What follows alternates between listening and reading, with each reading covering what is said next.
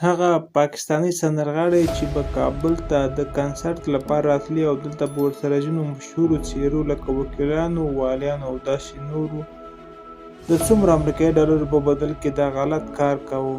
یو له دغو سندرغاړو چې ډېره ښایسته او ښکلې هم ده، موږ ته یې ویډیو هم تازه په لاس راغلی ده. د پښتو مشهوره سندرغاړې روج مومند ده چې یو افغان وکیل ورسره د 20,000 امریکایي ډالرو په بدل کې صرف او صرف یوه شپه تېره کړې، او له هغې شپې یو چا په پټه ویډیو هم کړې ده.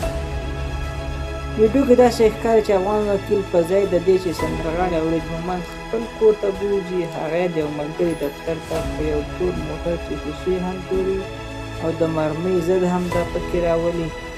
وکیل مخکې له دې چې له روج مومند سره چې راوستلې د سیکس وکړي، اول خپل او هم دې نجلۍ ته ګولۍ ورکوي تر څو له معاملې وروسته زر انزایل نه شي او ټوله شپه ښه په مینه او شوق تېره کړي.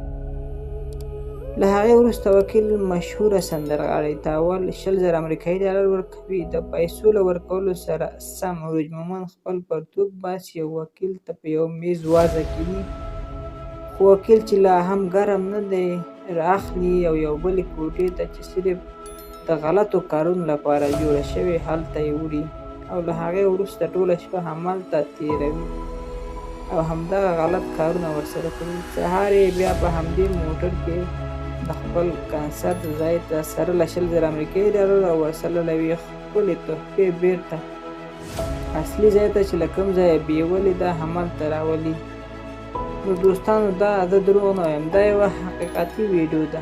دوستانو که څوک دا ویډیو کتل غواړي موږ ته دې حتما کمنټ کې ووایي، موږ به هغوی ته ولېږو، ځکه موږ یې په یوټیوب دا ویډیو نشو شیر کولی، ځکه موږ اجازه نه لرو او د یوټیوب د پالیسۍ خلاف هم ده. نو دوستانو که دا ویډیو مو خوښه شوې وي او د داسې نورو جنسي او معلوماتي ویډیوګانو نه خبرول غواړئ، نو حتما در سره زموږ وطن کلیک چینل لازم سبسکرایب کړئ. تر بیا ښې چارې، ښه وخت، ښاد، آباد او بریالي اوسئ.